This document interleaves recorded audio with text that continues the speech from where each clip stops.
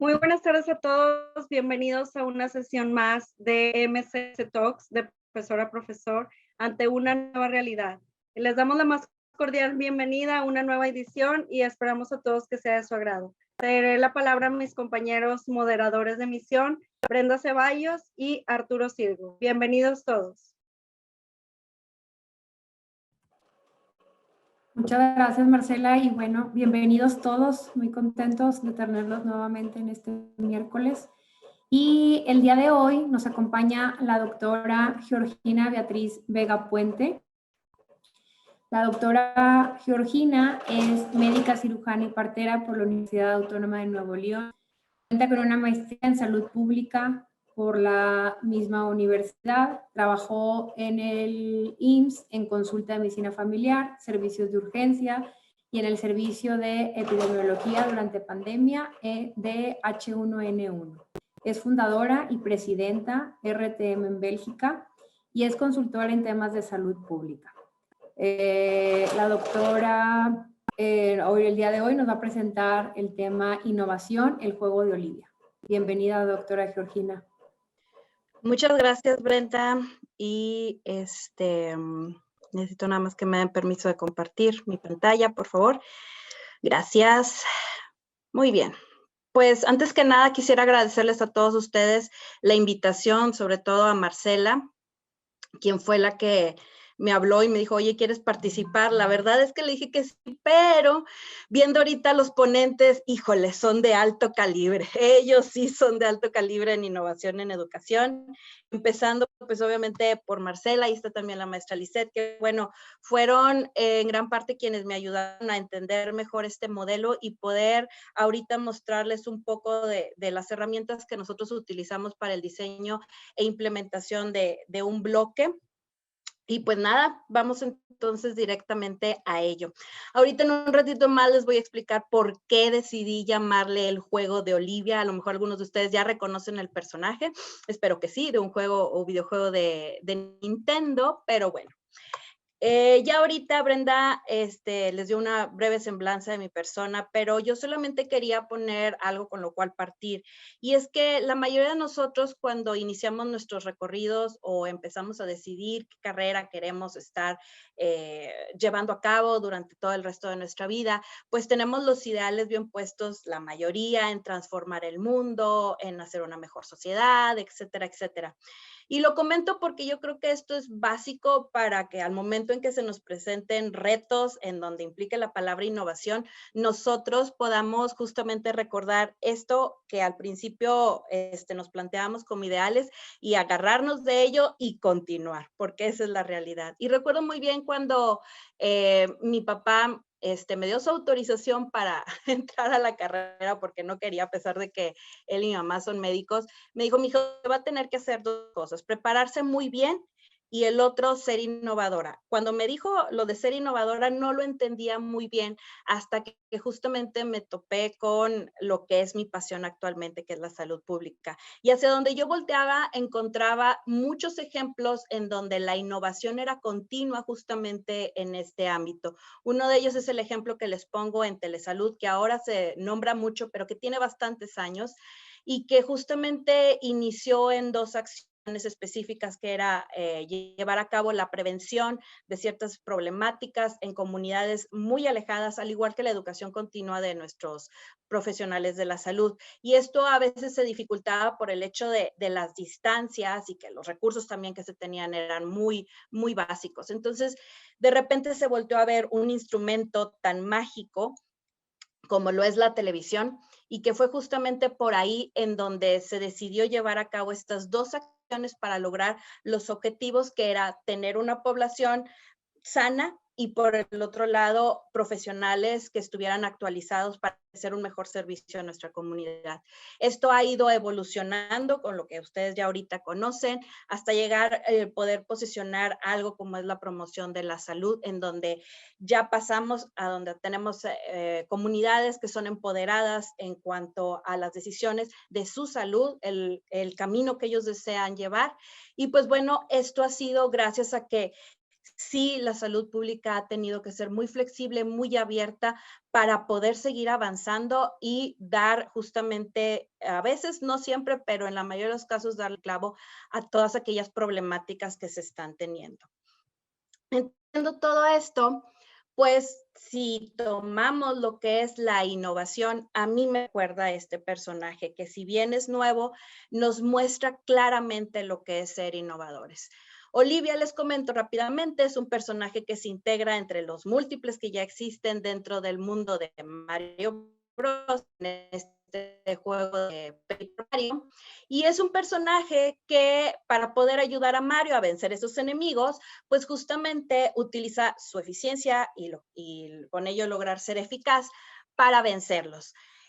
Utiliza la técnica de origami, que simplemente es utilizar un papel bajo una medida estándar, que muchos conocemos, es un cuadro por lo general, y de ahí se dobla en diferentes formas para obtener diferentes figuras. En este caso son personajes que obviamente tienen mayores poderes, y con eso logra vencer o saltar los obstáculos que a Mario se le presentan.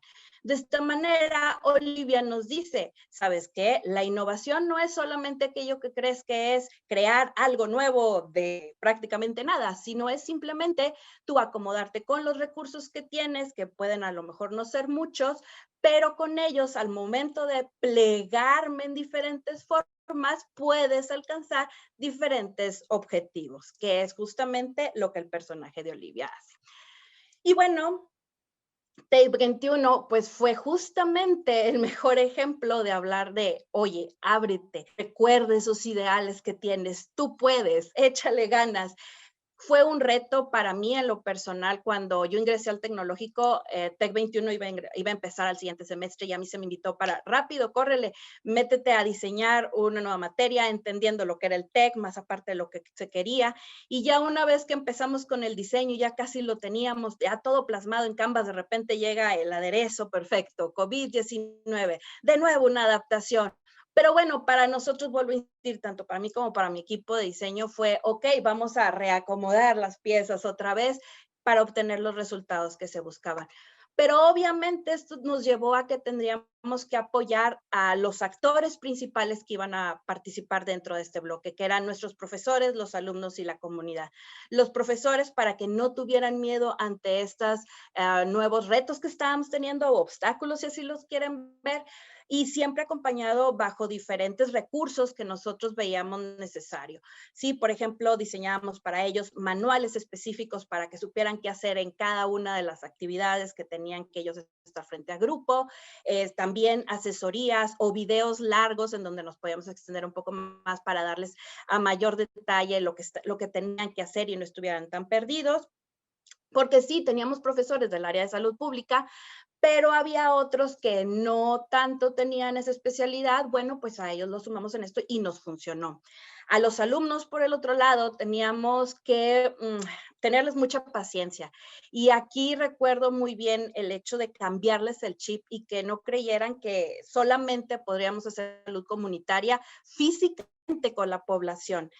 Enseñarles que todo es posible mediante los medios como, por ejemplo, Zoom, WhatsApp, etcétera. Sí es posible hacer salud comunitaria, y también darles esas herramientas para que ellos se abrieran a esa flexibilidad de poder transformar lo que ya tenían, sí, utilizarlo en su favor sin estar perdiendo tiempo o gastando dinero en cosas que a lo mejor ya existen y que solamente era que tú lo trajeras y lo pudieras utilizar en tu comunidad. Y bueno, de ahí me paso a lo que era la población. La verdad es que, ay, si les soy muy sincera, la comunidad es la más flexible ante todo obstáculo que exista, porque están muy abiertos siempre a encontrar soluciones, adaptarse a cualquier proyecto que venga, que obviamente saben que les va a traer un beneficio. Entonces, en ese aspecto, nosotros fue nada más sentarnos con ellos, ver qué recursos tienen, mira, nosotros nos encajamos aquí muy bien, etcétera, etcétera, lo hacemos así, así, así, y la verdad es que con ellos no batallamos. Por si alguien tiene la inquietud de, bueno, es que voy a trabajar con un socio formador y no estoy tan seguro, créanme, sí se abren, solamente sentarse a platicar con ellos. Pero bueno, para nosotros era también muy importante saber lo que nosotros queríamos hacer con nuestros chicos y los objetivos que ya nos marcaba académicamente el tecnológico, en este caso con las competencias y subcompetencias. Nosotros sabíamos o teníamos muy claro, tenemos que hacer una intervención comunitaria fundamentada en la metodología de salud pública, que aquí ustedes lo están viendo en esta imagen enfrente de ustedes. Y después de que teníamos eso muy bien claro, podíamos así fácilmente encajar cada una de las subcompetencias, lo que nos estaban pidiendo con suma, quisiera decir facilidad, pero fue más sencillo al momento de encajarla en cada uno de estos momentos. Entonces, esto, se los vuelvo a repetir, es súper importante para que no se pierdan, sobre todo al momento de conjuntarlo con lo que son las subcompetencias. Y lo más importante, las reglas claras del juego. Siempre se nos ha dicho que tenemos que ser muy metodológicos, el hecho de saber muy bien lo que debemos de obtener de nuestros alumnos, de nuestros profesores y en este caso también de la comunidad, el dejarlo todo bien plasmado. Aquello que ustedes dejen en duda, bueno, pues es que es obvio, no existe y eso puede llevarlos a que los muchachos se puedan perder un poco y no lograr los objetivos del curso. Entonces, esto es básico, esto lo tienen que dejar ustedes muy bien establecido desde el momento en que están ustedes diseñando o incluso yo ya les puedo decir, nosotros ya implementamos y ya ahorita estamos en la retroalimentación ajustando porque ya encontramos puntos críticos en donde nuestras reglas claras pues fallaron un poco y eso es normal, ¿verdad? Pero entonces tenerlo siempre presente. Y bueno, ya con todo esto, nosotros decidimos echar manos a la obra, echar a volar nuestra imaginación, porque obviamente el deseo no tiene límites en esto. Y justamente les presento aquí parte de las herramientas que nosotros utilizamos tanto para el diseño como para la implementación. Yo lo puedo dividir fácilmente entre el grupo que tienen del lado izquierdo, que es lo que los muchachos y los profesores veían en el escenario e interactuaban con ello, y tras bambalinas lo que ustedes tienen en la agrupación del lado derecho, en donde justamente tenemos todas aquellas herramientas que nos apoyaron. Por ejemplo, nosotros utilizamos mucho, dado el dinamismo y el reto del bloque, pues no teníamos tanto tiempo para estar con los alumnos y obviamente pues ellos tenían otras cargas. Entonces pensamos en actividades como aulas invertidas, que yo no conocía hasta que llegué al TEC, y justamente utilizábamos herramientas como por ejemplo Explain Edu, que nos ayuda muy bien a hacer videos que también los pueden hacer por Zoom, pero Explain Edu es un poco más interactivo, gusta más, la verdad. Ahí puedes sacarte hasta un láser de Star Wars y todo para hacerlo atractivo a los muchachos. Entonces, otros puntos importantes para nosotros era entender en plenitud dos recursos que íbamos a manejar constantemente. Uno era Canvas y el otro era Zoom. Zoom tenemos la facilidad de que a cada rato Marcela y su equipo nos están mandando avisos de hoy hay una nueva actualización en Zoom, porque sobre todo por la seguridad y nuevas cosas que agregue. Canvas es una plataforma extraordinaria. En verdad, métanse en ella, exploren todo y todo aquello que digan, es que me es difícil, no lo logro entender por completo, está YouTube. YouTube para mí ha sido como que la magia, me ha funcionado muy bien. Todo aquello que no logro comprender, me voy directamente a él para que pueda entonces aprovecharlo al máximo en favor de tanto los alumnos como de los profesores y los objetivos que se quieren obtener. Finalmente, para nosotros también era importante contar con plataformas de referencias bibliográficas que fueran dinámicas, que fueran acorde con lo que nosotros queríamos. Y aquí, pues, les menciono algunas de las que nosotros implementamos y que tenemos presentes ahí en Canvas, y también biblioteca digital. De biblioteca digital nosotros implementamos el que justamente la licenciada Angélica apareciera en cada carrusel para explicarles a los alumnos cómo hacer uso de esta gran herramienta, no solamente para entrar al libro que nosotros les estábamos pidiendo, sino de otros más recursos. Entonces, aquí yo les menciono tips que son importantes cuando uno está diseñando o cuando uno está implementando. Siempre acudan a estas sesiones de retroalimentación y apoyo. Pregunten a sus colegas cómo les está yendo, qué consejos les dan, qué aplicaciones o herramientas están utilizando. Pregunten también a los alumnos. Eso también fue para nosotros muy importante. Nosotros, antes de que llegaran los muchachos a tercer semestre, los vimos en segundo semestre y les preguntábamos qué les gustaba, qué no les gustaba, qué les gustaría ver en Canvas, etcétera. Y eso nos ayudó a tener un curso un poco más dinámico y también un poco más atractivo para los muchachos. Y finalmente les presento lo que son pues los resultados de todo este arduo trabajo. Y aquí nada más menciono los de Campus Monterrey. Específicamente me voy a las evidencias de lo que nos pedían para el bloque de innovación en salud poblacional, un bloque integrador de tercer semestre que sí contaba con bastantitas cosas que hacía un poquito especial al bloque. Pero bueno, nosotros les pedíamos a los muchachos presentaciones ante los socios formadores y ante los evaluadores y el resto de compañeros y otros profesores que fueron invitados, y también les solicitábamos un trabajo escrito. En total tuvimos 16 ponencias y 240 trabajos. ¿Cómo lo hicimos? Con bastante organización, para que justamente los evaluadores pudieran estar revisando y retroalimentando estos trabajos. Nosotros implementamos plantillas, también un pequeño manual de cómo ayudarles a revisar qué es lo que se esperaba en cada punto para que fuera más rápida esa revisión, fuera muy puntual, y lo logramos, la verdad. Y se obtuvo muy buenos proyectos. Les digo, los resultados ya si lo podemos plasmar en un producto como tal, pues obtuvimos 16 proyectos enfocados para 3 comunidades. Nosotros vimos 2 socios formadores, uno de ellos tenía 2 comunidades, 16 proyectos que estaban enfocados en diferentes tipos de en base a la población, y en total hicimos 16 intervenciones. Los muchachos, en nuestras 4 semanas que estuvimos con ellos, a la segunda y a la cuarta semana hacíamos intervenciones con las mismas para que pudieran obtener justamente los resultados que ustedes tienen aquí delante.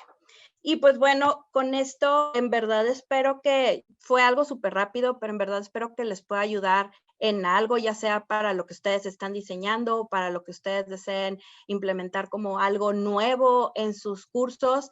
Les digo, no es que sea, wow, me saqué el hilo negro. No, no es así. La verdad es que tenemos muchas cosas cada vez a nuestro alcance. El chiste es que nos abramos, que nos empoderemos, creamos nosotros mismos y tengamos muy en cuenta nuestros ideales. Y pues muchas gracias y éxito a todos. Gracias a todos ustedes.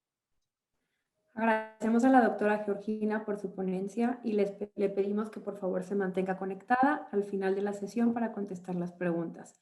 De la misma forma, los asistentes los invitamos a escribir sus comentarios y preguntas en el chat. Y bueno, Arturo, te cedo la palabra para presentar al siguiente ponente.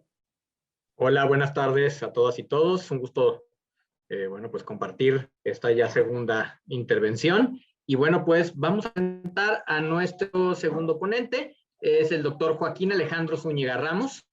Él es licenciado en Química Clínica por la Universidad Veracruzana. Además, cuenta con un doctorado en Ciencias Biomédicas por UNAM.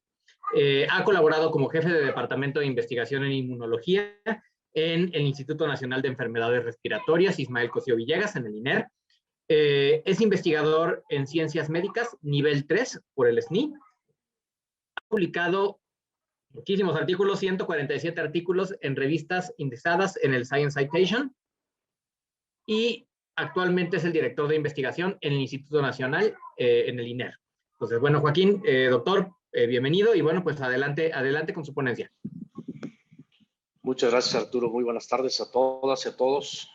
Yo la verdad es que me siento muy contento de estar en este foro, donde pues trataré de muy sutil manera y de una forma muy sintética, tratar de transmitir pues las experiencias en el tema de lo que nos ha tocado vivir en relación al desarrollo de nuevas técnicas de educación, de enseñanza, de poner en práctica las capacidades de los estudiantes y, por supuesto, abordar de forma apropiada toda la temática que tenemos en el ámbito de las materias relacionadas con la carrera de biociencias y también las carreras afines a biociencias. Si me regalas la siguiente diapositiva, por favor, Omar. En primer lugar, me quise hacer un ejercicio de qué es lo que tenemos que tratar de hacer en este escenario complejo, ¿no? Donde tenemos una gran cantidad de retos relacionados especialmente con el diseño, el rediseño de nuestras unidades de formación y particularmente en el ámbito de medicina, de ciencias de la salud, de las biociencias como tal, pues obviamente es un escenario retador Y bueno, este proceso de pandemia nos ha traído una serie de nuevos escenarios muy retadores y en los cuales pues el objetivo de este grupo de trabajos o de ideas que les voy a mostrar, pues básicamente será tratar de repensar y rediseñar estos modelos y bueno, tratar de utilizar todas estas series de estrategias educativas a distancia o en los modelos eventualmente híbridos,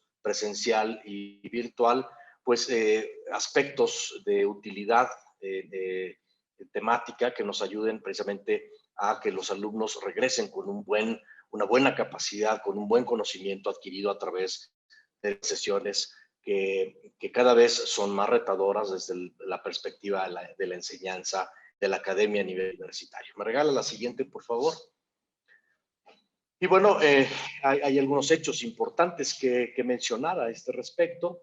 Y bueno, tenemos que tener primero muy claro que este proceso tan súbito de transición del aula universitaria a clases en línea, pues obviamente motivado por esta pandemia y por otros eventos. Campus Ciudad de México, recordemos que estuvimos expuestos a otros eventos como los sismos de 2017, que obviamente promovieron el movernos hacia este modelo de trabajo virtual, ¿no? Con los estudiantes y comenzar a implementar una serie de estrategias, ¿sí? Que las tuvimos que montar en poco tiempo en general y nos damos cuenta en general que muchos profesores, muchos de nuestros académicos tenían ciertas dificultades en el proceso de planificar y preparar este proceso de enseñanza y este proceso de retroalimentación con el estudiante, ¿no? Para ver cómo estaba la mayoría de los estudiantes atendiendo y cómo estaban respondiendo a este nuevo formato de enseñanza, ¿no? Entonces tenemos, pues obviamente, aspectos donde tuvimos que abordar aspectos pedagógicos que fueron muy desafiantes y que lo siguen siendo desde mi punto de vista, y particularmente, pues en este aspecto donde tenemos que involucrarnos en el laboratorio. La carrera de biociencias, como las otras carreras de ciencias de la salud, como medicina, psicología, nutrición y médico odontólogo, pues son carreras que requieren en la primera etapa, como todos sabemos, del diseño del programa académico, pues obviamente que los alumnos tengan un involucramiento directamente en el laboratorio y que hacer algunos retos en el laboratorio y prácticas de laboratorio, básicamente. Y bueno, nos enfocamos con un grupo de colegas a implementar una serie de herramientas junto con los directores de programa de Monterrey, Guadalajara y otro grupo de académicos de los diversos campus, pues a inducir a los alumnos a tener cursos y laboratorios de ciencias a nivel de la práctica de laboratorio y tratar de que estas estrategias pudieran eventualmente tener un valor agregado en el estudiante, en su vida académica, particularmente al momento de regresar al proceso de la normalidad. Si me regalas la siguiente diapositiva, Omar, por favor. Y me atreví a colocar un par de objetivos que desde mi punto de vista fueron pues obviamente los que más nos retaron y uno de ellos fue precisamente a través de estos modelajes en línea y de estos sistemas de análisis virtual como Labster, por ejemplo, que ha sido una gran herramienta para nosotros desde la perspectiva de enseñanza, de aspectos científicos y aspectos de aplicación clínica directa. ¿Sí? Empezamos a promover cómo los estudiantes podían eventualmente proponer, desarrollar nuevos experimentos científicos a través de enseñarles, obviamente, aspectos básicos, que bueno, para esto el Labster nos ayudó muchísimo. Por ejemplo, en la experiencia mía en la materia de genética, pues uno de los objetivos esenciales al inicio era tratar de inducir a los alumnos a conocer aspectos básicos de genética, como la estructura del material genético, conceptos que son abstractos y que son difíciles de manejar si el alumno no está presencialmente ahí. Entonces, pero esta herramienta maravillosa, el Labster, nos ayudó a llevar al estudiante a un aspecto teórico sólido, ¿sí? Donde comenzamos a inventar estrategias de llevar a estos estudiantes a foros de discusión más pequeños, desagregamos al grupo en grupos más pequeños y donde promovimos una discusión científica, donde la obligación del estudiante era primero entender y además conceptualizar de forma apropiada los aspectos científicos de lo que tenía alrededor de la materia, en este caso en particular en genética. El objetivo era enseñarles aspectos básicos de genética animal, a genética humana, mecanismos de transcripción molecular, cómo mantener células en cultivo, cómo detectar mutaciones genéticas en células. Y estos conceptos discutidos en grupos de trabajo pequeños, generalmente parejas o tríos de estudiantes, con los cuales podíamos explotar y discutir una serie de ideas y llevarlos precisamente a un siguiente plano, que en la siguiente diapositiva, si me la regala, Mar, por favor, les voy a mostrar de cómo les enseñamos a vincular este conocimiento básico precisamente con una revisión apropiada de la literatura y, por supuesto, implementar la mentalidad del estudiante o inducente y la capacidad de analizar datos que se generan a través de experimentos en el laboratorio y que esto requiere habilidades adicionales, ¿no? Como es tener conocimiento básico de aspectos estadísticos, sí, discutir precisamente el análisis, cómo mostrar estos resultados en forma, qué gráfico escoger, qué análisis estadístico escoger, qué tamaño de muestra es suficiente para llevar a cabo un experimento o tener resultados sólidos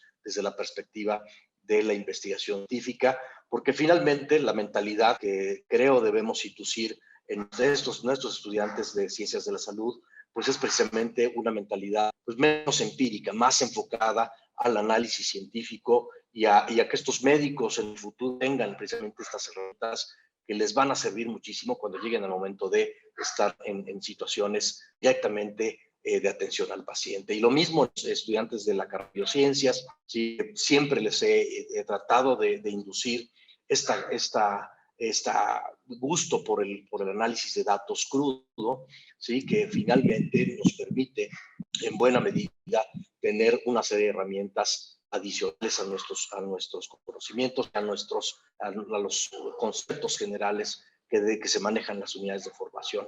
Y bueno, esto además implica tener la capacidad de discernir entre en la literatura apropiada y la literatura que no está fundamentada en la ciencia. Y esto es una mentalidad importante que desde mi punto de vista los estudiantes han logrado tener con estas herramientas adicionales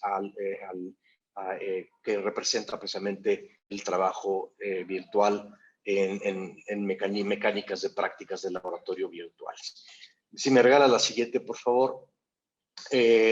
Algunos otros aspectos que desde mi punto de vista han sido de mucha utilidad y que van a ser de mucha utilidad cuando comencemos a regresar a modelos presenciales o híbridos virtuales, pues son para estudiantes de las diversas carreras de ciencia de la salud, pues obviamente el acceso a instalaciones, ¿sí? De investigación para realizar o involucrarse precisamente en trabajo experimental en el laboratorio.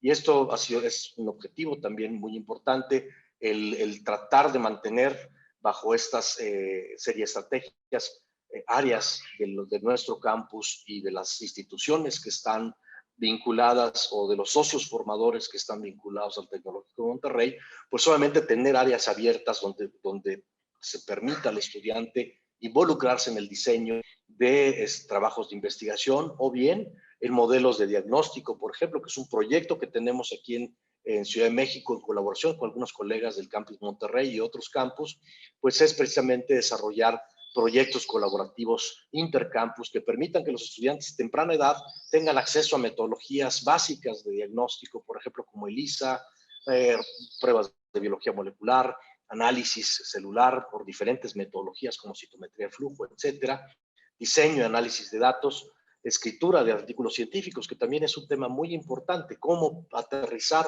cómo enseñarle al estudiante a distancia, cómo puede aterrizar todo este tipo de conceptos experimentales, diseño experimental, análisis, precisamente en un modelaje de escritura y redacción de datos y eventualmente en modelos de análisis crítico de estos datos para ver reproducibilidad de los ensayos experimentales. Es un gran problema que tenemos ahora con esta gran infodemia relacionada con el COVID-19, que gran cantidad de los trabajos que están en proceso de publicación o en proceso de revisión no tienen el fundamento científico apropiado, y si se han fijado, pues la comunidad científica ha empujado a que existan una serie de importantes retracciones de datos clínicos relacionados con la letalidad, por ejemplo, el virus en ciertas poblaciones, o bien métodos diagnósticos que no han sido efectivos, etcétera, o terapéuticas que no han sido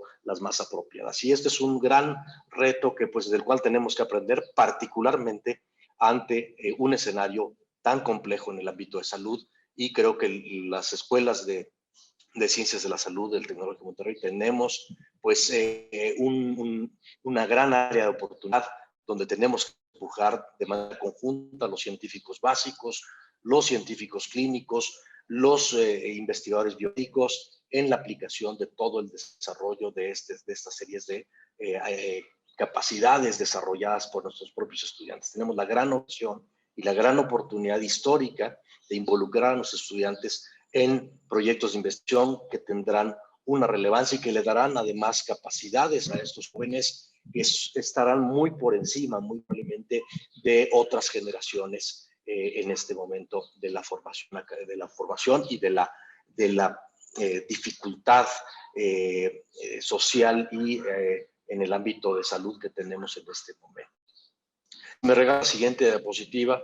Esta serie de estrategias, en el caso personal del servidor, han redundado en que mis estudiantes de la carrera de biociencias y mis pasantes de servicio social de medicina, por ejemplo, aquí el campus de Ciudad de México, han trabajado de manera muy activa, han propuesto incluso experimentos en el laboratorio relacionados con el diagnóstico, con la detección de biomarcadores relacionados con la progresión clínica de enfermedades como influenza o actualmente COVID, ¿sí? Y bueno, se han beneficiado precisamente de participar en estos artículos científicos que están publicados, como pueden ustedes ver, en revistas de alto impacto académico y que presentan pues un beneficio muy importante, tanto a nivel curricular, pero el mayor beneficio que yo le veo en estos jóvenes que se involucran de lleno con trabajos de investigación científica que se publican o que se presentan o que representan nuevos modelos de diagnóstico o de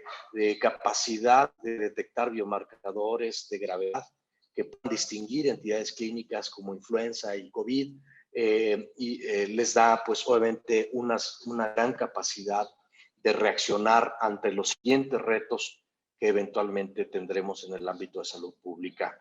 Y bueno, esto es todo lo que quería presentarles. Yo la verdad es que me siento muy, muy satisfecho de lo que hemos llevado a cabo aquí en el campus, la vinculación que existe con los institutos nacionales de salud. Actualmente acabamos de inaugurar una nueva torre de investigación en el instituto, donde tenemos 4 laboratorios de nivel 3 de bioseguridad, donde yo espero en algunos meses poder vincular a mis estudiantes, formarlos en este tema que tiene implicaciones de seguridad nacional, de capacidad de desarrollo de vacunas, de aspectos de innovación en salud. Me parece fundamental y creo que debemos empujarlo con esta vinculación amplia que existe entre esta gran universidad y como dice Segura, la urgencia de que nuestros alumnos regresen a los laboratorios de investigación para que pues cada día tengamos gente con más capacidad de formación y de capacidad de proyección en el futuro en el ámbito de ciencias e innovación en salud. Les agradezco mucho el tiempo y estoy abierto a sus preguntas y comentarios. Muy bien, Joaquín, pues muchísimas gracias por esta plática tan interesante. Muchas felicidades. Ahí tienes comentarios en el chat. Te vamos a pedir, Joaquín, también que te quedes para el final de las ponencias para poder resolver dudas y preguntas que surjan en el trato de la misma. Muchísimas gracias entonces al doctor Zúñiga y Brenda, adelante con nuestra siguiente ponencia. Gracias, Arturo. Bueno, nuestra siguiente ponencia va a estar a cargo de 2 profesores de Campus Monterrey. La primera es la profesora Lisette Susana Hernández Cárdenas. Ella es graduada de licenciado en Ciencias Químicas y maestría en Ciencias con especialidad en Química, ambos títulos por el TEC de Monterrey. Es profesora de la Escuela de Medicina y Ciencias de la Salud desde 1998 a la fecha, impartiendo cursos en las áreas de química, biología celular, genética y metabolismo. Actualmente es profesora de diversas unidades de formación en el modelo TEC-1. Ha ganado el Premio a la Innovación Educativa en Salud en los años 2010 y 2014. Ha participado en varios congresos con ponencias de simulación e innovación educativa. Es asesora académica de la Sociedad Académica de Fidelitas y brinda apoyo al Departamento de Desarrollo Académico con asesorías a los profesores en el diseño de plan de evaluación y el LUME. La acompaña también el doctor Miguel Ángel Paz González. Él es médico cirujano por la Universidad Autónoma de Nuevo León, con especialidad en anatomía patológica por el TEC de Monterrey. Es profesor de planta de médica básicas. Es jefe de laboratorio de patología del Christus Muguerza, alta especialidad. Es profesor de posgrado para residentes de anatomía y anatomía patológica por el TEC de Monterrey y la UDEM.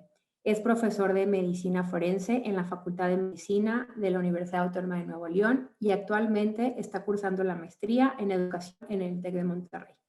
Bienvenidos a ambos y les cedo la palabra. Muchas gracias, Brenda, por tu presentación. Voy a compartirles lo que les preparamos para el día de hoy. Lo que vamos a exponer hoy o a compartir con ustedes es la experiencia que tuvimos durante este periodo de implementar un reto diferente, innovador, en nuestro curso de bases histopatológicas y le llamamos así, reto de bases histopatológicas, fomentando la investigación científica en nuestros estudiantes. El objetivo que teníamos para iniciar este curso cuando estábamos diseñándolo, pues era diseñar un reto para evaluar a los alumnos de cuarto semestre de las carreras de medicina y de licenciado en biociencias para el bloque de bases histopatológicas. Para esto, pues teníamos que tener en cuenta estas diferentes premisas, empezando pues que era un semestre de la etapa de enfoque. Los alumnos ya habían concluido la etapa de exploración, 3 semestres habían estado en exploración y ahorita pues estamos en la etapa de enfoque, entonces teníamos que hacer un reto de acuerdo a esta etapa. Además, teníamos que considerar pues las actividades que los alumnos habían realizado previamente en la etapa de exploración durante esos primeros 3 semestres y considerar también, aparte de las actividades que habían realizado, las evidencias que habían hecho para sus bloques y las competencias que habían adquirido durante esa etapa de exploración. Queríamos también un reto en donde pudiéramos subir el siguiente escalón. Ya estábamos en enfoque, ya tenemos enfocados alumnos de medicina y licenciados en ciencia, entonces damos un reto que era el siguiente escalón de cómo los alumnos venían trabajando con un reto en la etapa de exploración. Y la otra premisa que teníamos pues es que nuestra competencia, que era investigación, que es investigación, la teníamos que desarrollar en el nivel B y teníamos que considerar pues que en la exploración ya habían adquirido ellos la competencia de investigación con el nivel A. Entonces, bueno, tomar en cuenta la actividad que habían realizado estos alumnos para adquirir el nivel adquirir el nivel A y qué les teníamos que pedir nosotros para poder evidenciar que la competencia la estaban adquiriendo en un nivel B. Y bueno, para poder cumplir con este objetivo y tomando en cuenta las premisas que les acabo de platicar, pues trabajamos con un socio formador, que fue la Asociación Cardiochavitos, y en conjunto nos platicaban sus necesidades, lo que podían hacer nuestros alumnos, y llegamos a la elaboración de este reto. El reto se trata de realizar una guía de práctica clínica para el manejo del choque cardiogénico en cardiopatías congénitas pediátricas.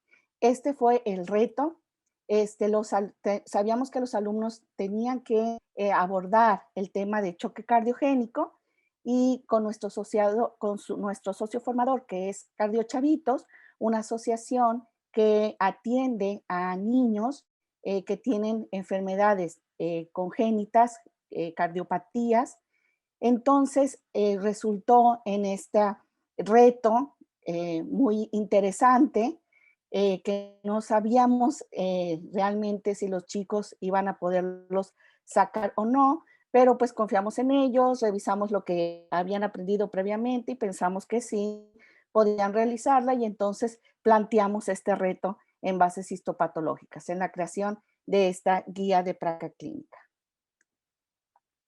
Y bueno, para darles a conocer el reto a nuestros alumnos, esas primeras sesiones de clase del bloque, el socio formador nos preparó un video en donde nos explicaba qué era lo que la asociación hacía, qué pacientes recibía, el punto de vista de los papás, etcétera, lo que esperaban de los alumnos con este reto, el entregable que esperaban, y los datos que ellos nos iban a proporcionar para poder realizar este reto, esta guía de práctica clínica.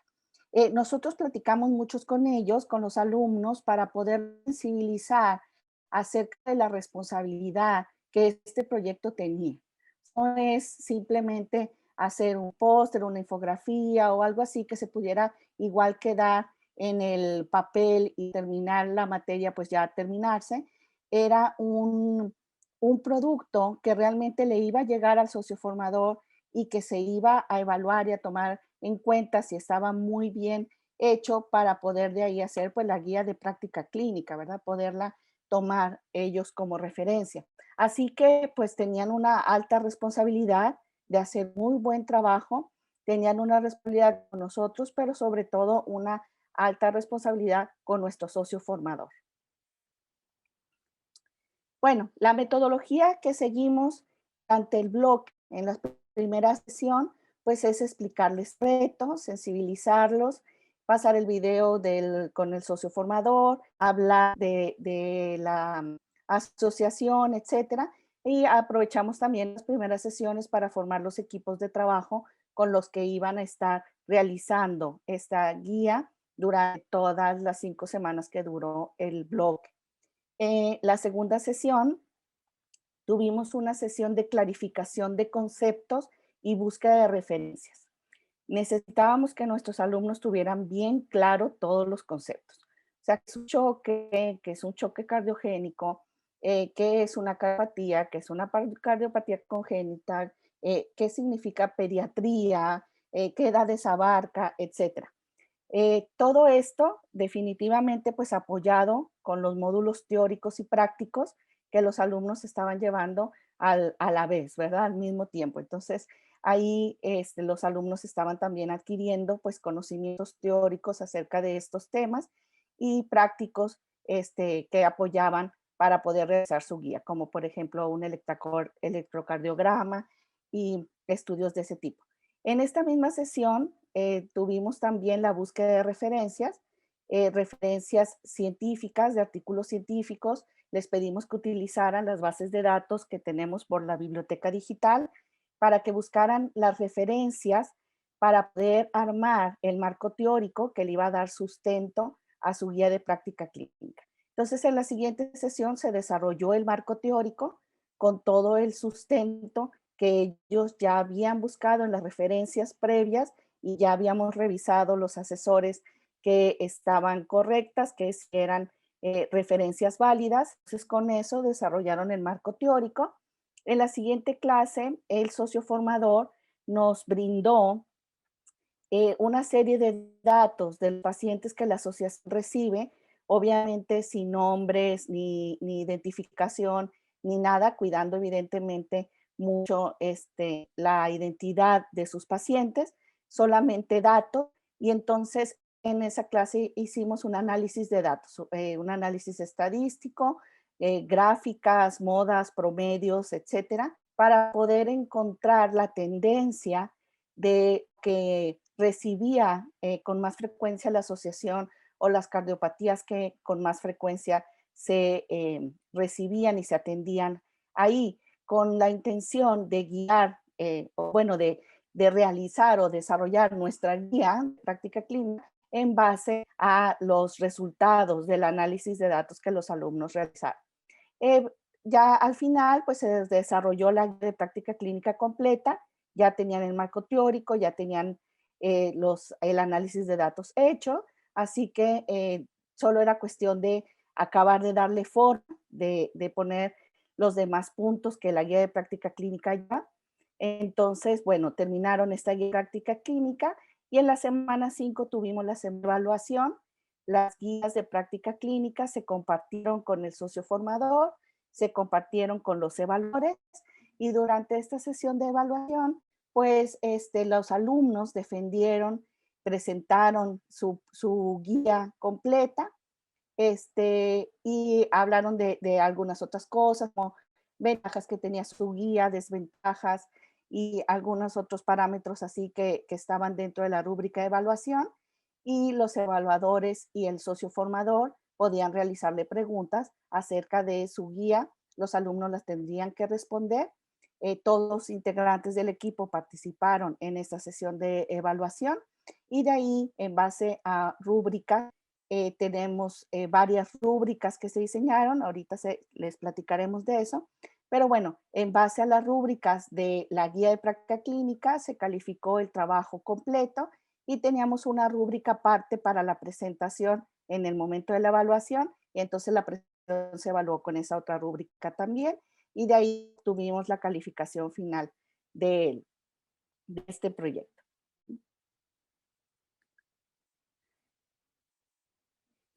Diseñamos, como les comento, diseñamos varias rúbricas, tuvimos varios entregables a todo lo largo del bloque, rúbricas para todos los entregables que fueran acorde con lo que les estábamos pidiendo a los alumnos elaborar, ¿verdad? Unas rúbricas que nos sirvieran para realmente evaluar el desempeño de los alumnos y la calidad del entregable que estaban dando, ¿verdad? Como evidencia.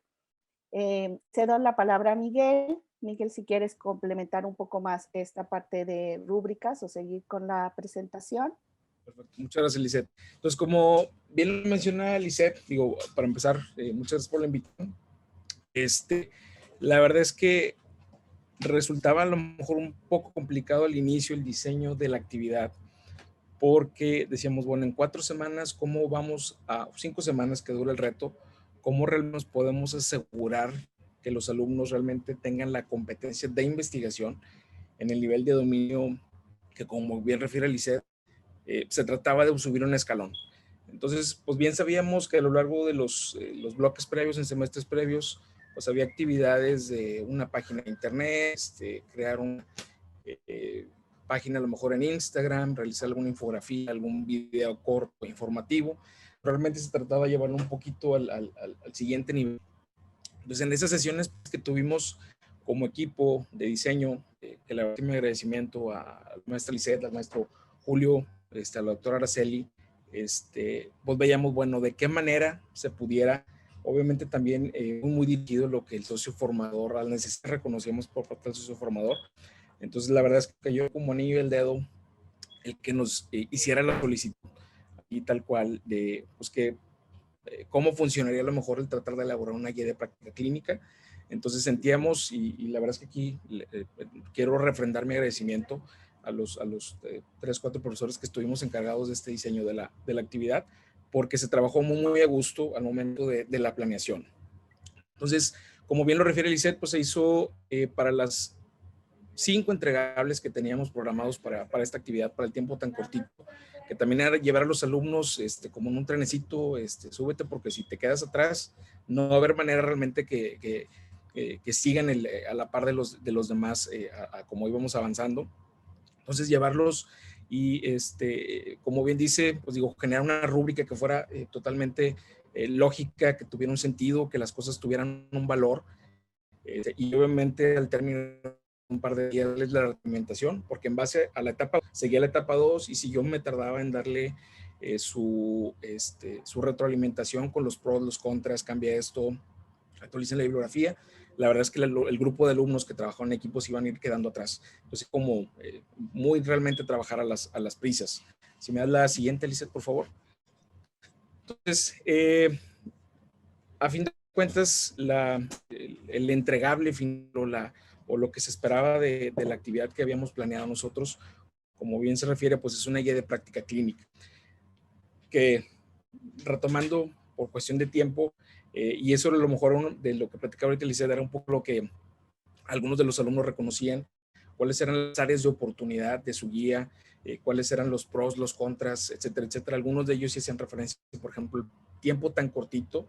Obviamente una guía de práctica clínica, el impacto que tiene el manejo de un paciente, de la patología específica, pues es importantísimo. Y durante la evaluación, pues fueron reconociendo también unas deficiencias de algunos de los alumnos, las áreas de oportunidad y demás. Y se les proporcionó así tal cual los elementos básicos que nosotros como evaluadores, como los asesores de este reto, esperábamos de su trabajo, ¿sí? La introducción, el alcance, la metodología, capítulos clínicos con preguntas, como requisito también importante que a manera de sintetizar mucho la información que estaban plasmando, que incluyeran tablas, gráficos, algoritmos del manejo del paciente, que ahí fue donde muchos de los alumnos realmente se lucieron, sintetizando la información de 5 o 10 páginas de texto en una tablita con algoritmos, con barritas, con flechas para la toma rápida de decisión. Y si me da la que sigue, por favor, Lizeth. Entonces, las evidencias pues, fueron unas muy buenas, otras excelentes, otras más o menos. Eso no lo podemos negar. Obviamente hay alumnos que visualmente se pudieron esforzar un poquito más, con colores novedosos, por ejemplo acá en algunos de los que nosotros, que más bien lo manejaban como un código QR que iban a poner al alcance de los consultorios, del área de urgencias, del socio formador, o de los consultorios del socio formador específicamente, para el rápido acceso, sobre todo lo que les digo, la información plasmada de manera mucho más sintética en los algoritmos. Entonces, así como, por ejemplo, mencionaba en la ponencia inicial la doctora Georgina, pues digo, innovar pues no se trata solamente de lo nuevo, sino a lo mejor una modificación que uno hace a algo que ya previamente existe, pues eso ya define proceso de innovación.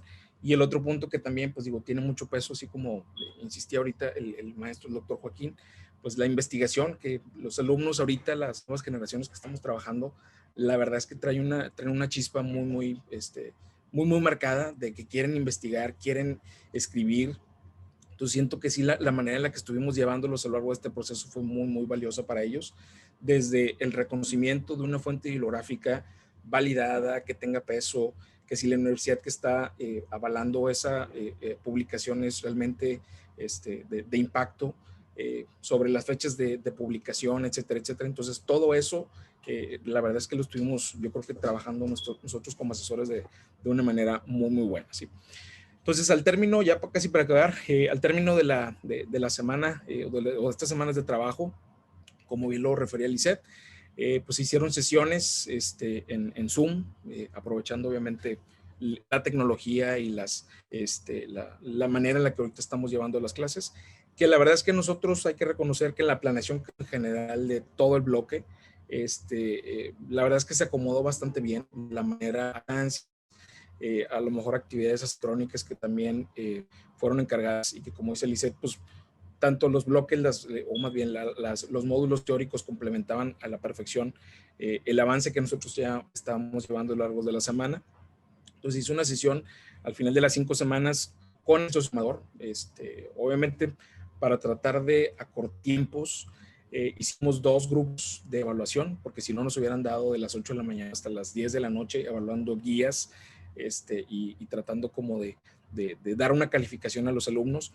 Entonces, se les compartió en la semana realmente de la evaluación que se llevó a cabo hasta el día viernes, las guías para que ellos tuvieran la oportunidad de conocerlas, de hojearlas, de leerlas, y que realmente pues tuvieran un conocimiento pleno de lo que iban a evaluar, porque pues si me ponen a evaluar algo de lo que no tengo ningún contexto, pues puedo preguntar cualquier cosa que nunca se vio, no tenía relación con el proyecto, y eso realmente sí muy, muy valioso para, como nosotros, como asesores del reto y para los evaluadores al momento de hacer esta actividad, ¿sí?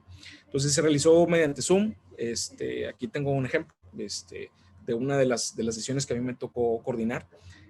Los comentarios de los evaluadores y del su formador que se conectó con nosotros a hacer lo propio fueron muy, muy buenos. La calidad de los trabajos fue, la verdad es que muy, muy buena. El resultado y los alumnos a lo mejor pensaban que era un trabajo titánico en 4 o 5 semanas, 4 semanas realmente de trabajo, porque la quinta no contaba. Llega a estos resultados, la verdad es que por mi reconocimiento a los alumnos, porque la verdad es que la meta que nos propusimos la cumplieron a cabalidad, ¿sí? Y yo creo que con esto terminamos. Entonces, la última diapositiva solamente el equipo de diseño, como mencionaba la doctora Araceli, el maestro Julio, la maestra Lisette, con la experiencia, la verdad es que el maestro Julio fue un asset muy, muy importante con la experiencia que tiene en investigación. Como decía la maestra Lisette, que nos compartieron información, datos crudos, crudos, para hacer un poquito de las dinámicas, en lo limitado a lo mejor de la información que teníamos de datos estadísticos que les sirvieron a los alumnos como un apoyo para decir, bueno, esta es mi población, este es el socio formador, son los pacientes que están viendo, y pues yo creo que fue una manera muy, muy, muy buena el trabajo que realizamos, ¿sí? Y pues por mi parte y por parte de la doctora Lisette, creo que es todo. Muchas gracias. Agradecemos al doctor Miguel y a la maestra Lisette por su participación y los invitamos a que continúen conectados para la ronda de preguntas. Ahora Arturo nos presentará a nuestro último ponente. Adelante, Arturo. Gracias, Brenda. Bueno, pues vamos con el último ponente para finalizar esta ronda de ponencias. Nos acompaña ahora el maestro Jesús Alfonso Beltrán Sánchez. Él es licenciado en Ciencias de la Educación y maestro en Investigación Educativa por el Instituto Tecnológico de Sonora. Es actualmente doctorante en Filosofía con orientación en Psicología de la Universidad Autónoma de Nuevo León, miembro del Consejo Mexicano de Investigación Educativa, del Grupo de Innovación e Investigación en Comunidades de Aprendizaje en Salud y fellow de la Cátedra UNESCO Movimiento Educativo Abierto para América Latina. Ha impartido clases en la Universidad La Salle Noroeste y en el Tecnológico de Monterrey. Asimismo, es profesor invitado de la Maestría en Educación Virtual en Ciencias de la Salud de la Universidad Nacional del Nordeste Argentino. Cuenta con publicaciones en revistas indizadas y ha participado en congresos internacionales y nacionales. Jesús nos va a compartir su ponencia llamada Características estresantes, ambientes de formación, cómo determinarlas. Un tema sin duda muy interesante, maestro Jesús. Entonces, bueno, pues adelante y bienvenido. Bien, pues Arturo, qué buena bienvenida. Voy a compartir aquí mi pantalla. Por favor, si me confirma si ya la puedes ver. Correcto. Muy bien. Bueno, realmente lo que vamos a estar revisando hoy es precisamente ver cómo podemos determinar entornos que puedan llegar a estresar a nuestros estudiantes, ¿no? Entonces, el objetivo va a ser precisamente ¿no? Contar con una herramienta que me permita determinar las características. En ese sentido, pues quisiera comenzar a hablar con una introducción, ¿sí? Actualmente estamos viviendo una época en la que nos estamos enfrentando a diversos retos.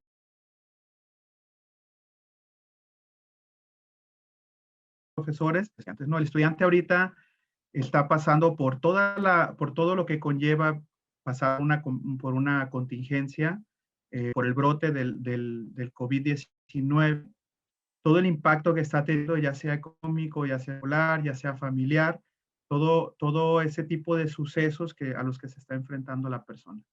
Adicionalmente, tenemos estudiantes que cambian de modelo a un modelo que se llama TEC 21, el cual, como todos sabemos, es un modelo muy interesante, muy innovador, muy disruptivo, mindset de cada uno de los estudiantes, también de nosotros, de los profesores, pero que también por COVID se ve modificado. Entonces, además de ser un nuevo modelo, también estamos viendo un cambio en la forma en la que se está enseñando y aprendiendo, ¿no? Nos vamos a un modelo digital que pues genera incertidumbre, ¿no? Como les estoy poniendo ahí en algunas flechas.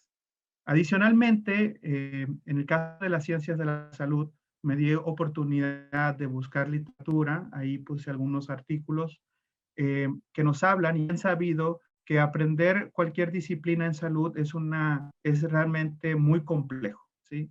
El nivel de atención, la obtención de conocimiento teórico y práctico es muy, muy, muy grande y hay que tener un dominio muy profundo de cada uno de ellos.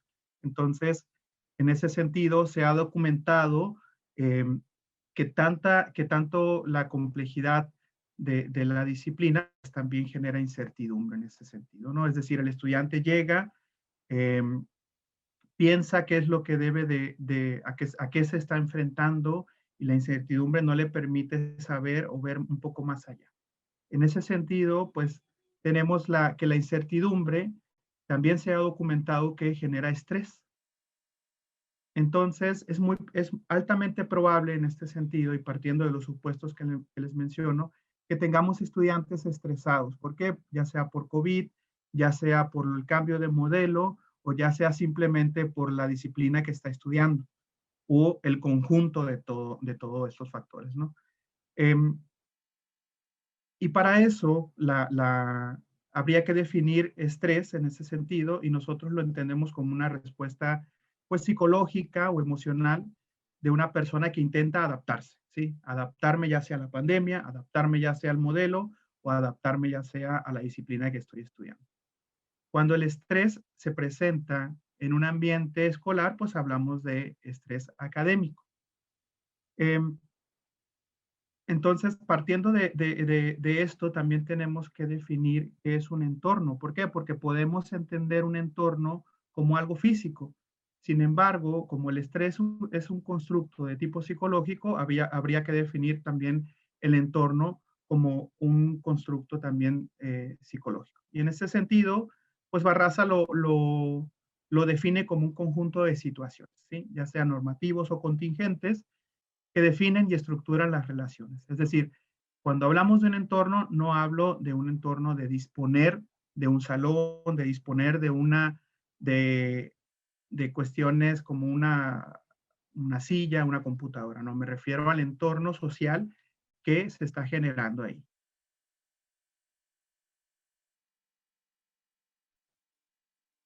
Entonces, como les comentaba, tenemos un contexto que estimula la generación de estrés y es así como nosotros partimos en decir, ¿sabes qué? Necesitamos comenzar a medir cómo medimos el estrés. Hay muchos instrumentos. Nosotros decidimos adoptar el instrumento de Barraza, ¿sí? El instrumento de Barraza es un instrumento aplicado en población mexicana y también aplicado en población TEC. En el pasado tuvimos la oportunidad de desarrollar un proyecto institucional para aplicarlo en semestre I. En este sentido, cuando lo aplicamos en semestre I, pues nos damos a la tarea de comenzar a modificar el instrumento que actualmente les voy a presentar. Cabe aclarar que pues realizamos una investigación completa en la cual utilizamos un diseño de investigación cuantitativa con un alcance descriptivo. ¿Por qué? Porque queríamos determinar las propiedades métricas de este instrumento para que pueda obtener datos válidos y confiables. Utilizamos una muestra de 262 estudiantes en el Tecnológico de Monterrey para que podamos tener un instrumento que se adapte a las características de nuestra población. El instrumento originalmente se llama Inventario de Características Institucionales Estresoras y el autor original está presentando 6 distintos entornos. Un entorno que es altamente demandante, un entorno que habla sobre una dimensión de demandas de elevada intensidad, un entorno de demandas novedosas, es decir, cada uno de estos entornos que tienen en pantalla genera estrés o puede potencialmente generar estrés en nuestro estudiante. El instrumento, pues ahí como se los pongo en la pantalla, es un instrumento compuesto por 6 dimensiones y por 25 ítems.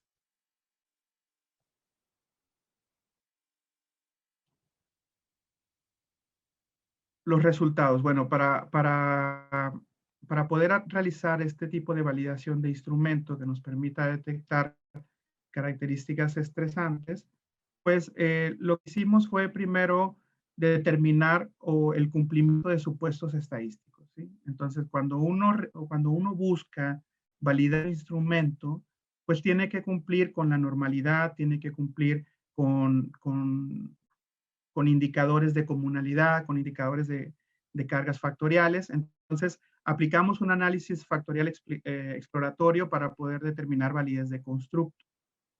Los criterios son los que tienen en pantalla. Para la determinación de la normalidad utilizamos un criterio de asimetría y kurtosis, donde el dato no fuera más allá de 1.5 en los puntajes, comunalidades a 0.30, cargas factoriales superiores a 0.35 según por el tamaño de la muestra que estamos utilizando, y que el instrumento explique la varianza más allá del 50%, ¿no? Como criterios para poder continuar con el análisis factorial exploratorio. En este sentido, pues metimos las 6 dimensiones y las probamos mediante el análisis factorial.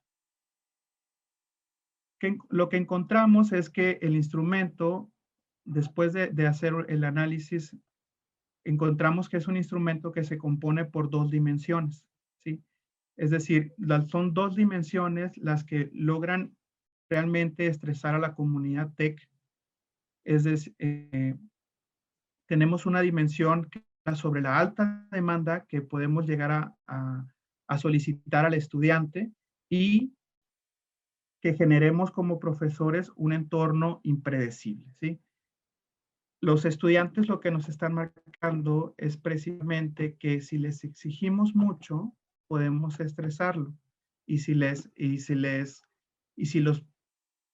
los enfrentamos a un entorno que previamente ha sido impredecible, que no ha sido planeado, pues eso también los está estresando a nuestra comunidad estudiantil. La evidencia en términos psicométricos se cumplen, dando un cumplimiento a la prueba chi cuadrada, lo cual nos indica que existe un buen ajuste del modelo.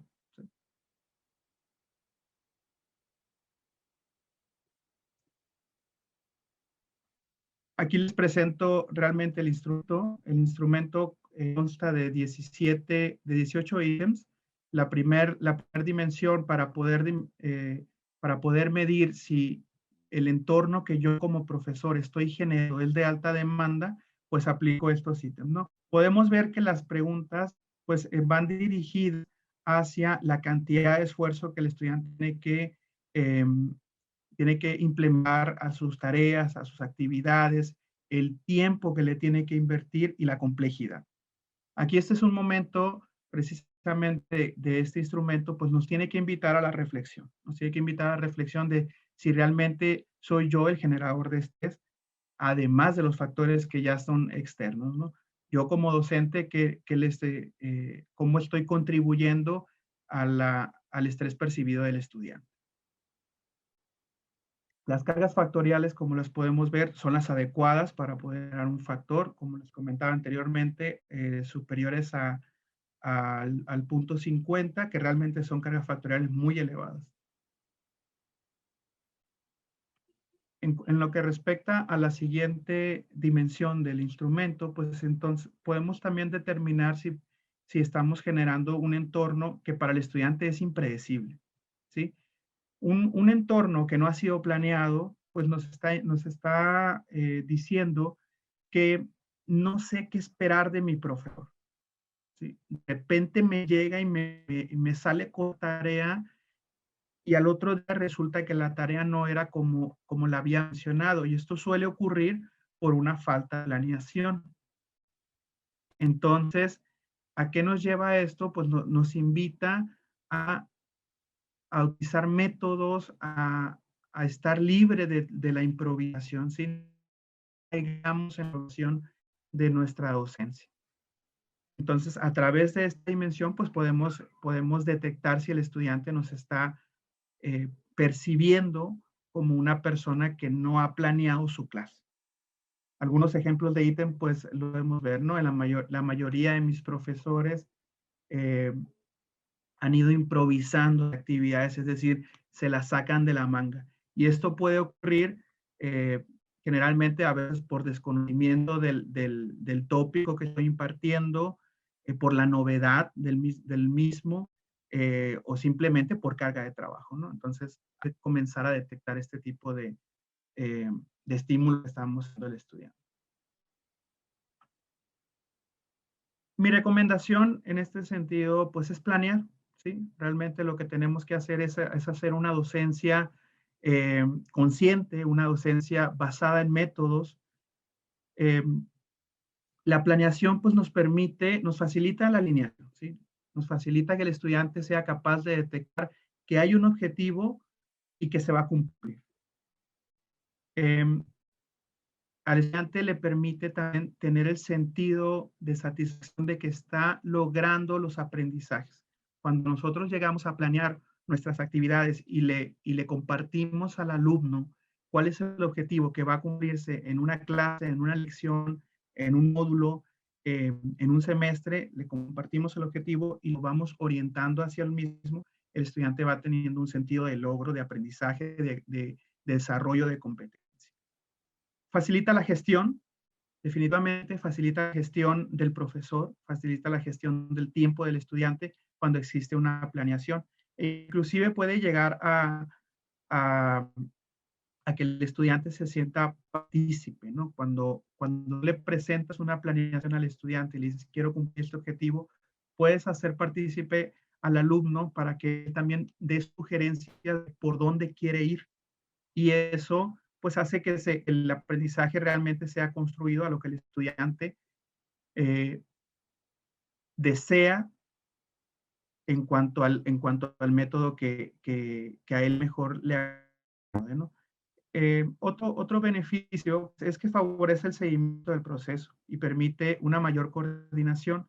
En ese sentido, aquí ese punto lo pongo, la coordinación, pues también a veces como docentes tenemos que la planeación también se afecta a la colaboración entre los profesores. Cuando llegamos a planear, estamos haciendo esfuerzos dirigidos como un profesor, digamos que si lo vemos en un reto, como un profesor de módulo me abona al reto. Entonces, esa planeación es necesaria, es menester que la tengamos, ¿no? Ya algunos de ustedes habrán escuchado a algunos de sus alumnos que, es que este profesor no me está dando cierta información que no me está abonando a cada minuto, ¿no? Entonces, aquí es donde podemos ver este instrumento, pues, permitir detectar el estudiante está percibiendo todo este tipo de situaciones o escenarios. En sí, ya para cerrar, pues, se presenta una escala, un instrumento que cuenta con evidencias de validez y confiabilidad que me va a permitir obtener datos. ¿Para qué? Para poder mejorar mi docencia, para poder generar un entorno que permita que el aprendizaje logre. Entonces, este instrumento está a disposición de ustedes. Inclusive lo vamos a presentar en un congreso internacional el siguiente mes. Pueden hacer uso desde luego de él. Gracias.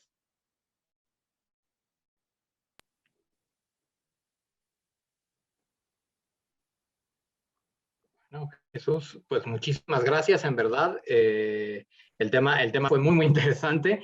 Creo que por ahí hay algunas preguntas, pero bueno, vamos a tomar las preguntas de ponencia al final.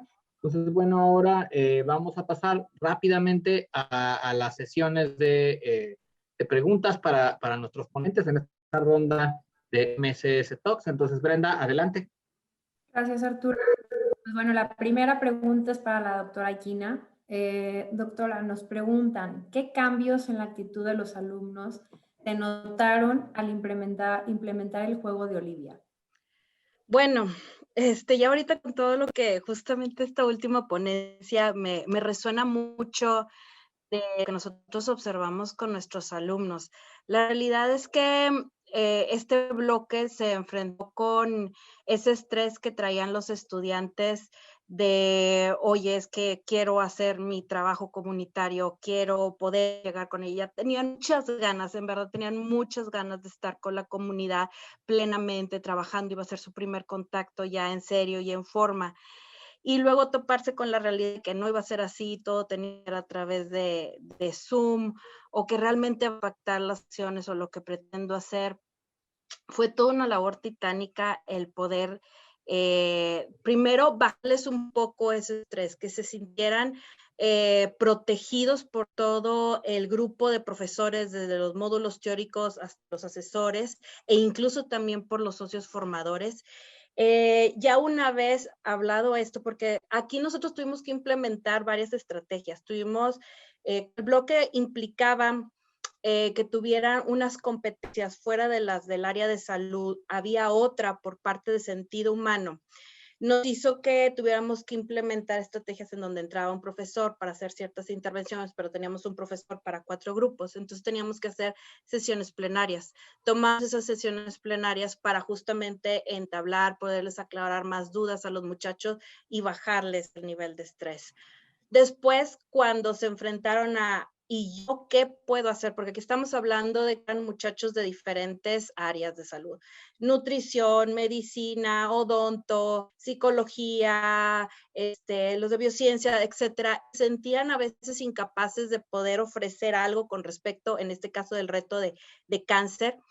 Y lo que me topaba con ellos era algo tan sencillo como, a ver, por ejemplo, si hablábamos de cáncer de cervix, que era lo que el equipo había elegido para abordar, yo tenía que hablar con chavos de odonto, decían, es que no sé cómo le voy a hacer, qué puedo aportar yo desde mi área.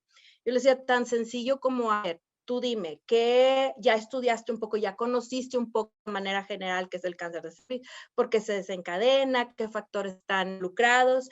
Dime tú si en una revisión dental no te das cuenta de que existe una posibilidad, si empiezas a encontrar lesiones como condilomas o algo así por el estilo, que te puedan indicar que pudieras tener un paciente con alto riesgo, etcétera. Y empezaban, sí, es cierto, no me había dado cuenta, claro, entonces puedo orientar así. De esa manera, nosotros teniendo esas intervenciones muy puntuales, y sí, mucho tenía que ver cómo incluso teníamos las sesiones de breakout rooms con ellos, veíamos ese cambio de actitud y apertura, ahora sí, al trabajo que se les estaba pidiendo. Al final, no les voy a mentir, sí hubo, alguna vez nos dijeron, es que parece esto las guerras de la película esta. Yo les decía, bueno, pero al final obtuvieron lo que ustedes deseaban desde un principio, el poder mejorar la situación de nuestra población, el darse cuenta de que podían hacer intervenciones, por ejemplo, una de de los productos que podían elegir, porque ellos elegían qué vía iba a agarrar el rumbo de su intervención. Una de ellas era en políticas de salud específicamente. Podían hacer recomendaciones de cambios o modificaciones en ciertas leyes o normativas que estaban viendo para mejorar obviamente la atención con respecto a ese cáncer. Y no imaginaban hasta dónde podían ser capaces como profesionales de la salud a ese nivel poder actuar. Entonces, al final notaban que todo el trabajo que habían hecho se veía reflejado en algo palpable, que de hecho nosotros ahorita estamos trabajando con las comunidades, el cómo aplicarlo, el cómo desarrollarlo, ¿verdad? Todas estas propuestas que ellos hicieron. Entender, por ejemplo, también la figura del promotor de la salud, también trascendental. Y todo eso al final, sí, fue mucho de organizarnos, fue mucho de tener una muy buena metodología con procesos muy bien establecidos para que justamente el muchacho pudiera entender el potencial y, como lo mencionaban hace un momento, las grandes capacidades que tiene. Sí, fue mucho estira y afloje, pero lo lograron al final y creo que salieron muy satisfechos tanto ellos, los profesores y también nuestros socios formadores. Muchas gracias, doctora. Y pues bueno, también comentarios de felicitación. Arturo, ahora te cedo la palabra. Y vamos a ver preguntas para el doctor Joaquín. Bueno, hay muchas felicitaciones en el chat, como puedes ver, Joaquín. Fue pues muy interesante tu plática y por aquí hay un par de preguntas. Cierto. La primera dice, dice, el impacto de la investigación en la inducción del pensamiento crítico es fundamental en nuestra escuela. ¿Qué retos has encontrado para motivar a los chicos en el laboratorio virtual? Además, en el tema de la motivación. Sí, muchas gracias por la pregunta. Nuestros estudiantes en general tienen una gran iniciativa. Tienen esta mentalidad crítica ya muy acentuada, pero también algo que tienen es esta cuestión de imaginación, ¿no? O sea, realmente es una característica muy particular. Sin embargo, donde encontré ciertas dificultades es en inducir una propia seguridad en los jóvenes en que lo que estaban cuestionando científicamente o desde su planteamiento crítico era apropiado, ¿ok? Inducir más seguridad, creo que eso lo da el tiempo también, pero creo que también los profesores tenemos mucha obligación de inducir en el estudiante pues la seguridad misma de lo que estás planteando y lo que está haciendo está bien, ¿ok? Y otra dificultad o reto fue encontrar los espacios apropiados para la generación de ideas y el intercambio de conocimiento. Eso fue uno de los particulares retos. Obviamente es un tema inherente a la pandemia, ¿no? Pero creo que si resolvemos ese par de temas, tendremos mucho más capacidad en los estudiantes, ¿ok? Muy bien, muy bien. También otra pregunta que surge por aquí es que si en tu experiencia los laboratorios virtuales tienen alguna ventaja sobre los laboratorios presenciales. ¿Ves alguna ventaja? Sí, veo varias ventajas en el tema de laboratorios virtuales. El primero es que si no tienes mucha experiencia en el ámbito del laboratorio, físicamente hablando, el laboratorio virtual te permite ahondar un poco más en el tema de la experiencia de cómo se hacen las cosas en el nivel de laboratorio. Y creo que otra gran ventaja es el feedback académico que hay, la retroalimentación teórica que existe en los sistemas que usamos actualmente, que es el Labster, ¿no? O sea, este feedback académico que el estudiante recibe de cuando hace algo bien o algo mal, es muy importante, ¿ok? Y esto les da herramientas que cuando llegan al escenario real del laboratorio ya llevan estos temas superados, ¿no? Muy bien, sí, parte de la estrategia de la tecnología, ¿no? O sea, que te da el resultado inmediato y con eso tienes un feedback inmediato, ¿no? Bueno, pues muchísimas gracias, doctor Zúñiga, por tu presentación y bueno, pues pasamos con el siguiente ponente, Brenda.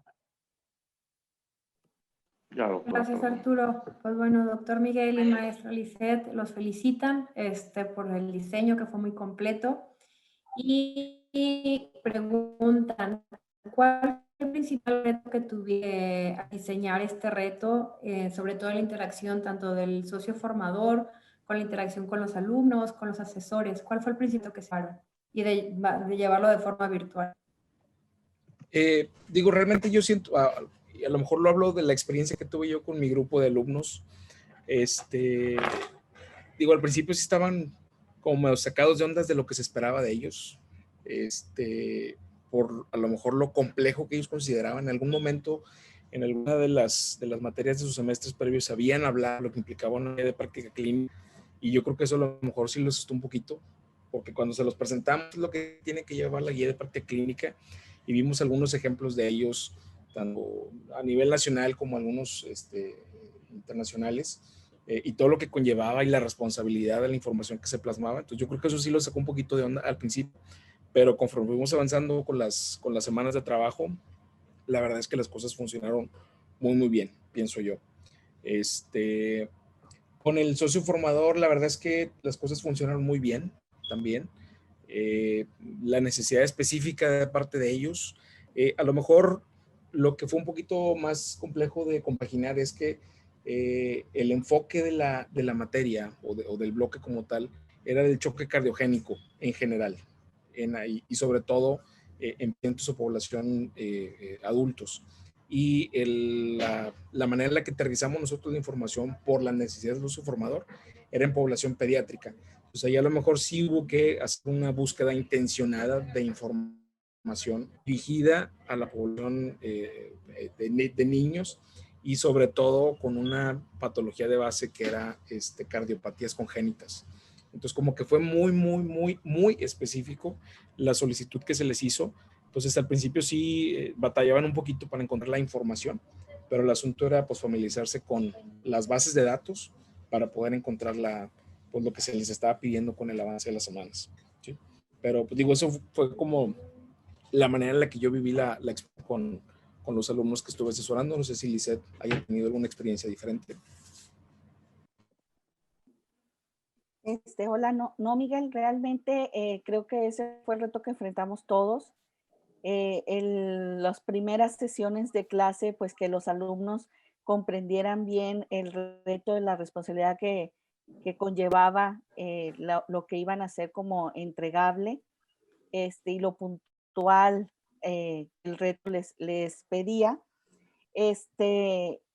Yo creo que ese fue el mayor reto que tuvimos, que nuestros estudiantes estuvieran allí a tono y que buscaran la información que necesitábamos y la manera de poder integrar lo que estaban viendo en los módulos teóricos, que aunque era una información un poco más, digamos, general del choque cardiogénico para todas las edades, etcétera, poder utilizar esta información que le estaba dando sus profesores de módulos teóricos y aterrizarla a los pacientes pediátricos que tenían que resolver en el reto, lo cual me pareció también una ventaja. O sea, se me hace algo fabuloso que en los módulos teóricos podamos enseñarles teoría que deben de saber, genérica de todas las edades, etcétera, y que en el reto realmente vayamos más allá y tenga que ser algo más puntual, que ellos tengan que investigar por su propia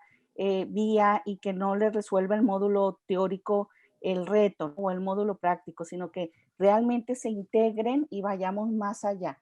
Eso me pareció que fue muy bueno. Y bueno, hablando un poco de ventajas o de por qué fue exitoso esta implementación, platicando ayer en la junta que teníamos del departamento, pues les decía yo que más que un reto, lo más importante que tuvimos fue una muy buena comunicación entre los profesores.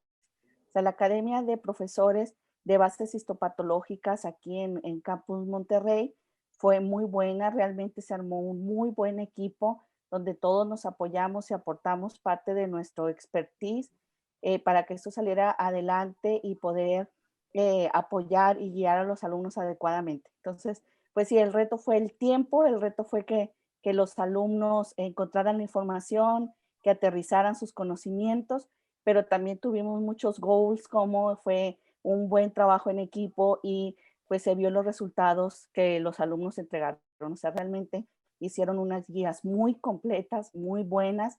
El socioformador está muy contento y era lo que queríamos, pues porque nos faltan implementarlo otras 2 veces, ¿verdad? Entonces necesitamos que el socioformador quiera seguir con nosotros al menos 2 veces más. Qué bueno, Lisette, y totalmente a favor del comentario que hiciste con el reto.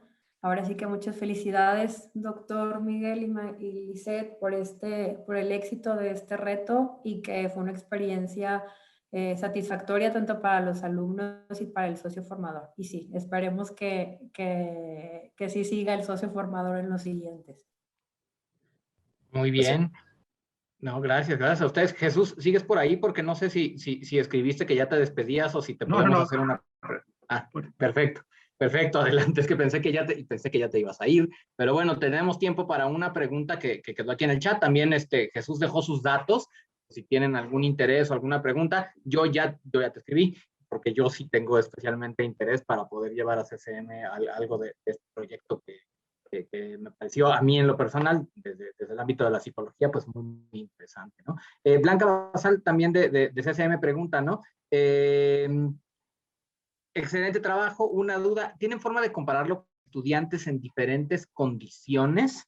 No me queda claro si este estudio se llevó a cabo con alumnos TEC 21, ni si se llevó a cabo durante la pandemia. O sea, supongo, entiendo, Blanca, por si quieres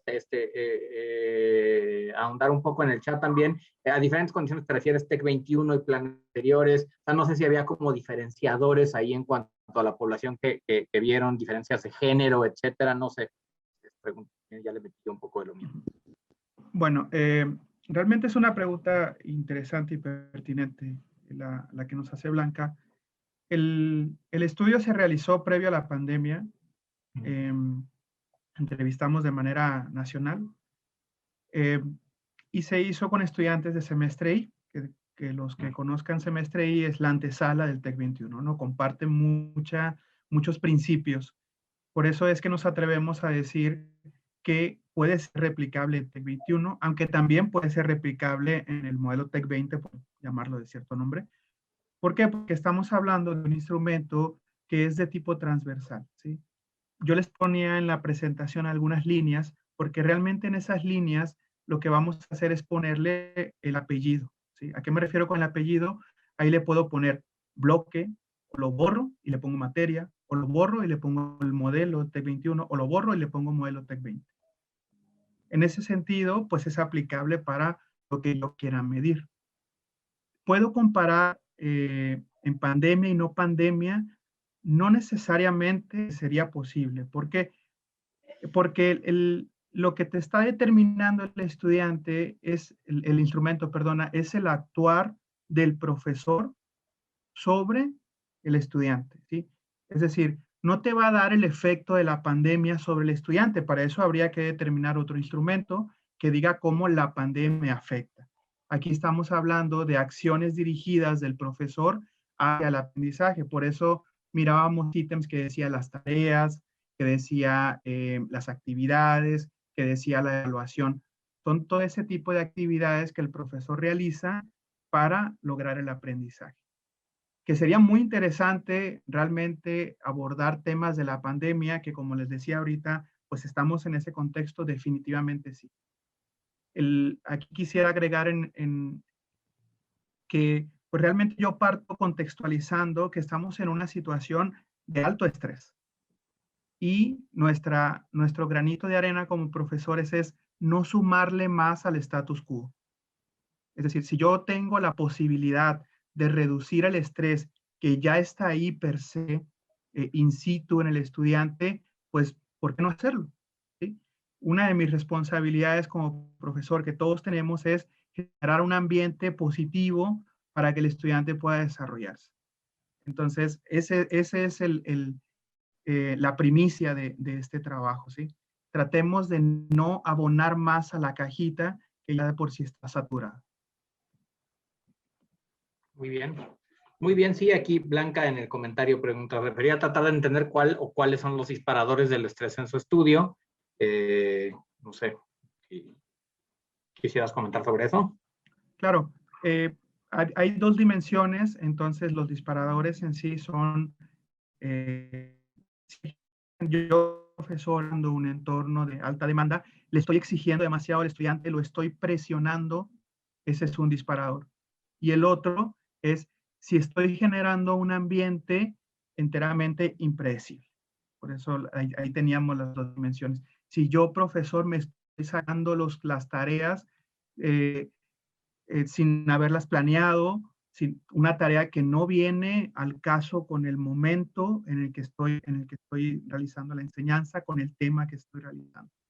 Inicialmente comenzábamos, les decía, con un instrumento que consideraba 6 dimensiones. Había cuestiones novedosas, había cuestiones de alta intensidad, pero lo que representa a la comunidad del TEC, estamos hablando de 2. La alta demanda y la imprevisibilidad.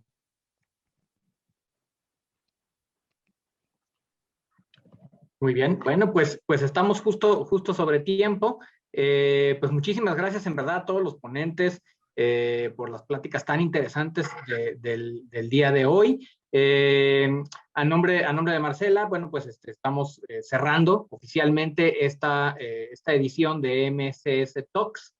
Agradecemos la presencia a todo el mundo. Les dejamos aquí el registro para invitarlos a que participen con nosotros. Estamos buscando ponentes, todas estas pláticas interesantes, todos los temas. Ustedes como profesores, como profesoras, están haciendo cambios importantes en el aula virtual, están haciendo proyectos interesantes. Queremos escucharles, queremos saber qué están haciendo y que lo compartan pues con toda la escuela. Entonces, pues anímense a registrarse, por favor. Aquí está el código QR y el registro.